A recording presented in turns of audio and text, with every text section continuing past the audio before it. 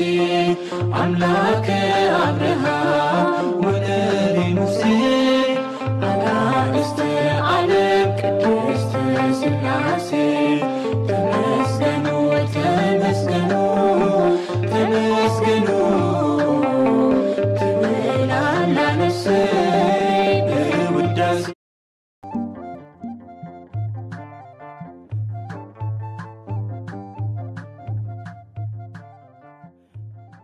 بسم سلاسي بسم آب وولد ومنفس قدوس أحد أملاك آمين.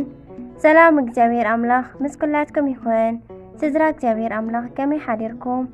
አነ እግዚአብሔር ይመስገን። ክብሪ ይስፋሕ መድኃኔ ዓለም አቦይ ልዑል እግዚአብሔር አምላክና ክሰበ ሰዓት እዚኣ ትጸንሕ እስትንፋስ ዓዲሉ ብጸጋን ብጥዕናን ስለዝዓቀበናን ዘጽንሐናን ክብርን ምስጋናን አምልኮን ውዳሴን ንዘለዓለም ንዑ ይኹኖ።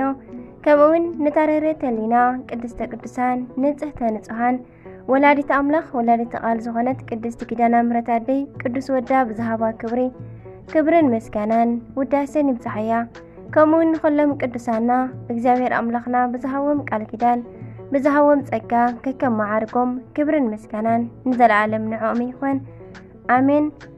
23 ለካቲት ናይ ዕለቱ ስንክሳር ድሰምዕ ዘንብብ ፍቅሪ ጎይታ ኣብ ልቡ ይዕንብብ ሓለዋን ጸሎትን ናይ ኩሎም ቅዱሳን ድማ ይረክብ።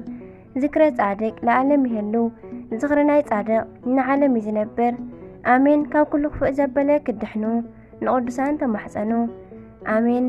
ናይ ቅዱስ ጊዮርጊስ ወርሓዊ በዓል እዩ። ቅዱስ ጊዮርጊስ ሊቀ ሰማዕታት በረኸቱን ጸሎቱን አማላድነቱን ምስኩላትና ይኹን አሜን። እንኳን ናብዚ ክቡር በዓል ናይ ፍጡነ ረድኤት ሊቀ ሰማዕታት ቅዱስ ጊዮርጊስ አብጽሐና። በዚህ ዕለት በተራዳእነት ቅዱስ ጊዮርጊስ አቦታትና ታቦት ሒዞም ንመንግስቲ ጣልያን ክዋግኡ ምስ ተበገሱ ቅዱስ ጊዮርጊስ ድማ ፈረሱ ሒዙ ኣብ ሰማያት እንዳዞረ ብዓብዪ ትርኢት ንገዛእቲ ጣልያን ዓይኖም ብምዕዋር ኣብ ትሕቲ እግሪ አቦታትና ከም ዝንብርከኹ ዝገበረሉ ዕለት እዩ። እቲ ምስ አቦታትና ኮይኑ ንጸላእትና ትሕቲ እግሮም ዝረገጸልና ቅዱስ ሰማዕት ሎሚዩ ድማ ካባና ከይተፈለ ኣብ እንኸዶን እንገብሮን ንዝቃወምና ብዝተሳሕለ ናይ መለኮት ሰይፉ ወርዊሩ ካባና ይጥፍአዮም አሜን። በረኸቱን ፈጣን ተራዳእነቱን ምስኩላትና ይኹን። ዝተቀደሰን ዝተባረኸን መዓልቲ ይበረልና አሜን።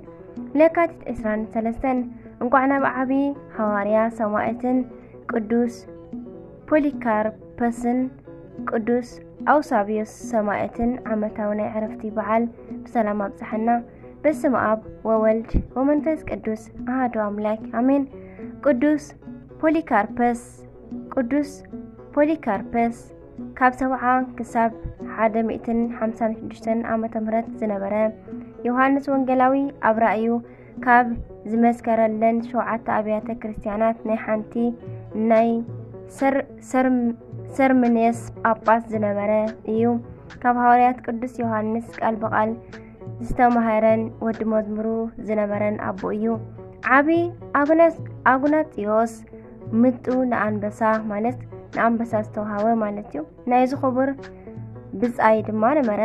ልዕሊ 46 ዓመታት ብፍጹም ትግሃት ንቤተ ክርስቲያን አገልግሉ አረማውያን ኣብ 86 ዓመቱ ኣብ አደባባይ ብእሳት አቃጺሎም ቀተልዎ። አቦታትና ሐዋርያዊ ክብሉ ይጽውዕዎ እዮም አሜን። ቅዱስ ጊዮርጊስ ሊቀ ሰማዕታት ከምኡውን በዛ ዕለት ኣብ 1888 ዓመተ ምህረት ብናይ ቅዱስ ጊዮርጊስ ምልጃን ረድኤትን አቦታትና ኣብ ዓድዋ ንጣልያን ሰዓርዎም። ንቅዱስ ጊዮርጊስን ንቕኑዕ ንጉስ ዳግማዊ ሃፀይ ምኒልክን በዚ ዕለት ክንዝክሮም ይግብአና። ቅዱስ አውሳብዮስ ሰማዕት ኣብ ቤተ ክርስቲያን ስሞም ጽዋዓት ካብ ዝኾኑ ቅዱሳን ሰማዕታት ሓደ ቅዱስ አውሳብዮስ እዩ። ተወሊዱ ዝዓበየ ኣብ ምድረ አንጾኪያ ሶርያ ክኸውን ከሎ እቲ ዘመን ድማ 300 ክፍለ ዘመን እዩ። አቡኡ ዓቢ ሰማዕት ቅዱስ ፋሲለደስ እዩ። አዲኡ ድማ ብሩኽቲ ሶፊያ ትበሃል። ሰማዕት ቅዱስ መቃርስ ንእሽቶ ሓው ምዃኑ ይፍለጥ። ቅዱሳን በዓል ፊቅጦር፣ ገላውዲዮስ፣ ቴዎድሮስ፣ ዮስጦስ፣ አባዲር፣ بصلته خوينهم نبرو بصعته خوينهم نبرو قدوس أوسابيوس ناي قدوس فاسيلدس فرس لزخنا صومن صلاتن زواتر خنا أوشتي بيت منجستي كندي استدلادلن زطعمن ነገር እንከሎ ንሱ ግን ከም ብሩኽ አብኡ ንንጽህና መረጸ ናይ ወርቂ ካባ ደሪብካ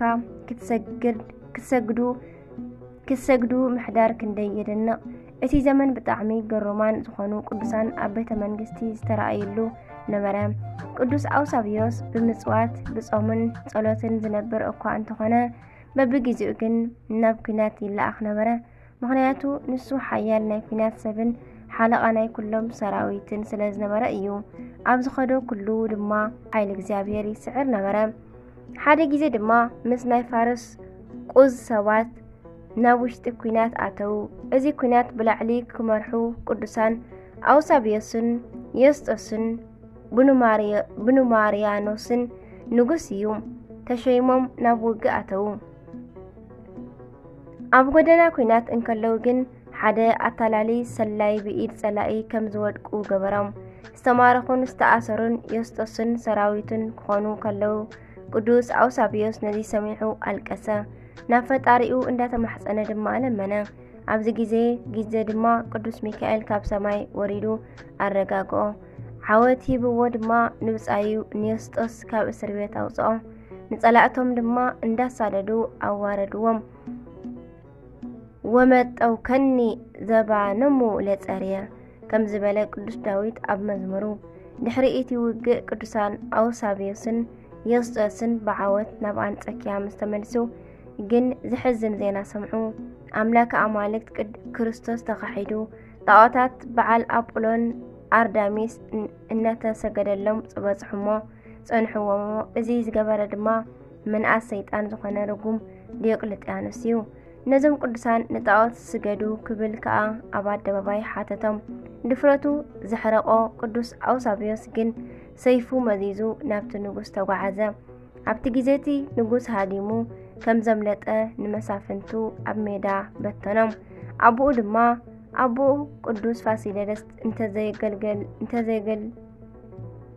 እንተዘየገላግሎ ነይሩ ሓያል ስለ ዝኾነ ኣይመትረፎምን ነይሩ ድሕሪ መዓልታት ግን ቅዱስ አውሳብዮስ ብጾምን ጸሎትን ቀንዩ ሰማዕት ንምዃን ወሰነ ቅዱስ ሚካኤልን አቡኡ ፋሲለደስን ድማ ብምኽሪ አበርትዕዎ ንሱ ድማ ኣብ ኣደባባይ ኣብ ቅድሚ ከሓደ ንጉስ ቆመ ኣነ ክርስቲያን እየ ንክርስቶስ እየ ዘምልኽ ከዓ በለ ንዑ ድማ እግዛእ ጣዖታት ግን ኣእማን ስለ ዝኾኑ ኣይጠቕሙን ዝሰግደሎም ከዓ ዝረኸሰ እዩ ክብል ኣስሚዑ ተዛረበ ንጉስ ዲዮቅልጥያኖስ ካብ ኣብኡ ክቐትሎ ደልዩ ነበረ እዚ ቅዱስ ተፈታዊ ስለ ዝነበረ ህውከት ከይለዓል አውሳብዮስ ናብ ኣፍሪቃ ወይ ከዓ ንግብፂ ከይዱ ክቐተሉ ተወሰነ ኣብ ምድረ ግብፂ ድማ አረማውያን ብእሳት ብግርፋት ብስሕለት ብዙሕ ኣሳቀይዎ ቅዱስ ሚካኤል ግን ንገነት ኣርዩ ካብ ሕማሙ እናፈወሰ ተራድኦ ኣብ መጨረሻ ግን በዛ መዓልቲ ቀቲሎሞ ኣኽሊል ክብሪ ተጎናጸፈ ኣምላከ ቅዱሳን ሰማዕታት ጽንዓቶም ዓዲሉ ካብ በረኸቶም ይኽፈለና አሜን አሜን አሜን እምነቶምን ይዓድለና ለካቲት 23 ዝኽበሩ ዓመታዊ ናይ ቅዱሳን በዓላት ቅዱስ ፖሊካርፐስ ሐዋርያዊ ሰማዕት ናይ ሰርምኔስ ጳጳስ ቅዱስ ጊዮርጊስ ሊቀ ሰማዕታት ንኣቦታትና ኣብ ዓድዋ ዝረዳሉ ቅዱስ አውሳብዮስ ሰማዕት ወዲ ቅዱስ ፋሲለደስ ቅዱስ አውስግኒዮስ ሰማዕት ወርሓዊ በዓላት ድማ ልበ አምላክ ቅዱስ ዳዊት ቅዱስ ሰሎሞን ንጉሰ እስራኤል አባ ጢሞቴዎስ ገዳማዊ አባ ሳሙኤል አባ ስምዖን አባ ገብርኤል አሜን ስንክሳር ድሰምዕ ዘንብብ ፍቅር ጎይታ ኣብ ልቢ ይዕንብብ ሓለዋን ጸሎትን ናይ ቅዱሳን ድማ ይረክብ ذكر ጻድቅ ለዓለም ይሄሉ ዝኽሪ ናይ ጻድቅ ንዓለም ዝነብር አሜን ዝነጠበ ዝጎደለ ቃል ኮነ ዜማ ፊደል በአፈ ቅዱሳን ትጓን መላእክት ተአረመልኝ አሜን ወአሜን ወለኩሉ መላእክት ሰማይ አሜን ለይኩን ወስብሐት ለእግዚአብሔር ወለወላዲቱ ድንግል ወለመስቀሉ ክቡር አሜን